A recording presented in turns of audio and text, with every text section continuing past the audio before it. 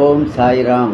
எல்லாம் வல்ல சுவாமியின் பொற்பாத கமலங்களுக்கு 1000 கோடி முறை வணக்கங்கள். இந்த வீடியோவை பார்க்கின்ற அனைத்து பெரியோர்களுக்கும் குழந்தைகளுக்கும் லவ்விங் சாய்ராம். நாம் கடவுளுக்கு சேவை செய்வதை விட மனிதர்களுக்கு சேவை செய்வது கடவுளை சென்று அடையும் என்பது நாம் அனைவரும் அறிந்த ஒன்று. அதாவது service to man is service to God. இதை விளக்குவதற்காக ஒரு சிறு நிகழ்ச்சியை இப்போது பார்ப்போம். ஆப்ரஹாம் லிங்கனை பற்றி நீங்கள் எல்லாம் அறிந்திருப்பீர்கள். அவர் யுனைடெட் ஸ்டேட்ஸ் ஆஃப் அமெரிக்காவினுடைய பிரசிடெண்ட்டாக 1861 பதவியேற்றார். அவர் ஒரு உயர்ந்த மனிதர், ஒரு கைண்ட் ஹார்ட்டட் மேன், உண்மையையும் நேர்மையையும் விரும்பியவர் என்று எல்லோராலும் பாராட்டப்பட்டவர் ஆப்ரஹாம் லிங்கன் அவர்கள். அவர் குழந்தையாக இருந்த பொழுதே எல்லோருக்கும் உதவுகின்ற ஒரு உள்ளத்தோடு வாழ்ந்தவர். அவர் பிரசிடெண்ட்டாய் இருந்த பொழுது ஒரு நாள் மாலை நேரம் தன் நண்பர்களோடு அவர் உலாவச் செல்கின்றார். He went for a walking. அந்த வாக்கிங்கை முடித்துவிட்டு திரும்புகையிலே ஒரு குதிரையை பார்க்கின்றார். அந்த குதிரையிலே ஒரு மனிதன் அமரக்கூடிய அந்த சேனை மற்றவையெல்லாம் இருக்கின்றன. குதிரை மேல் ஆளே இல்லை. குதிரை மட்டும் தனியாக நின்று கொண்டு இருக்கின்றது. அதனை பார்த்த லிங்கன் அவர்கள், நிச்சயமாக இந்த குதிரையில் யாரோ ஒருத்தர் சவாரி செய்து வந்திருப்பார், அவர் ஏதோ அடிபட்டு நடுவிலே விழுந்திருப்பார் என்று நினைக்கின்றேன், நாம் போய் பார்க்கலாம் வாருங்கள் என்று தன்னோடு வாக்கிங் வந்த நண்பர்களை எல்லாம் அழைக்கின்றார்.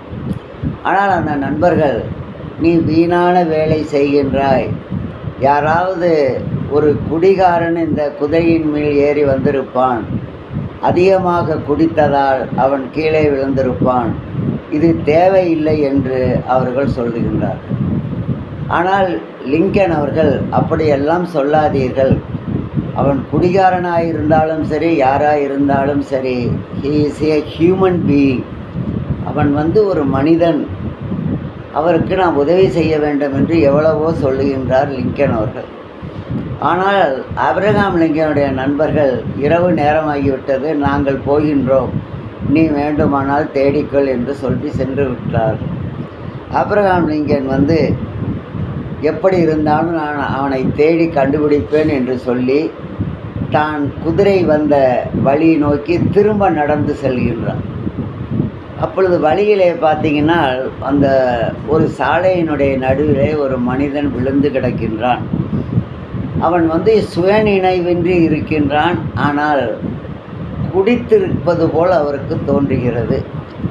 எனவே ஆப்ரஹாம் லிங்கன் அவனுக்கு உதவி செய்து அங்கே தண்ணீரெல்லாம் அவன் முகத்திலே தெளித்து அவனுக்கு சுயநினைவு சற்று வருகின்றது.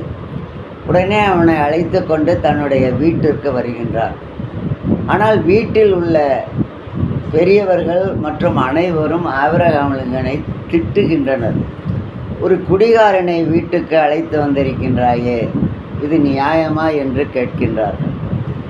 அதற்கு ஆப்ரஹாம் லிங்கன் அவர்கள், அவன் குடிகாரனாக இருந்தாலும் basically is a human being, so I should help him. I know very well that service to man is service to God.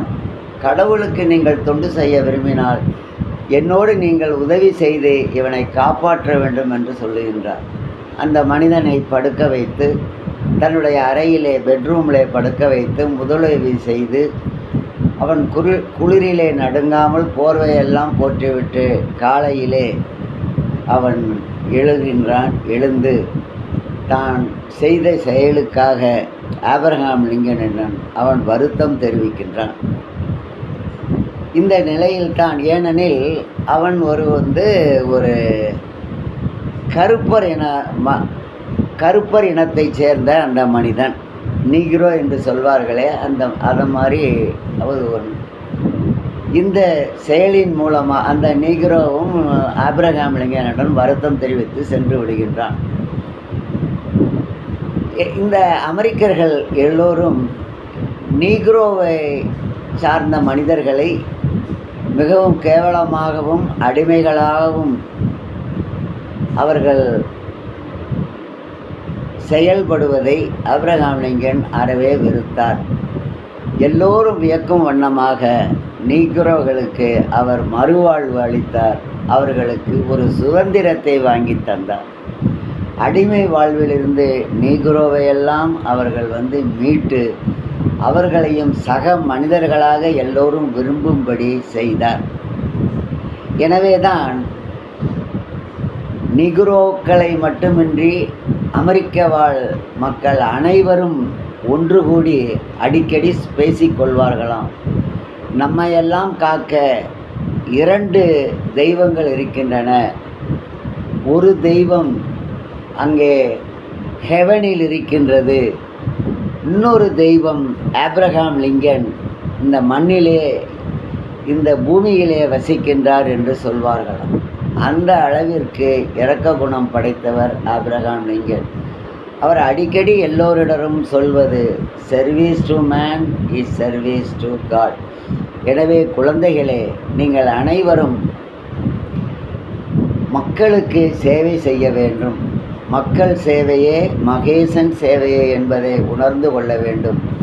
எந்த நிலையிலும் யார் ஒரு தவறு செய்து ஒரு துன்பப்பட்ட நிலையில் இருந்தாலும் அவர்களை வெறுக்காது அவர்களுக்கு உதவி செய்தால் அதுவே இறைவனை சென்று அடையும் என்பதில் எல்லளவும் ஐயமில்லை. ஜெய் சாய்ராம்.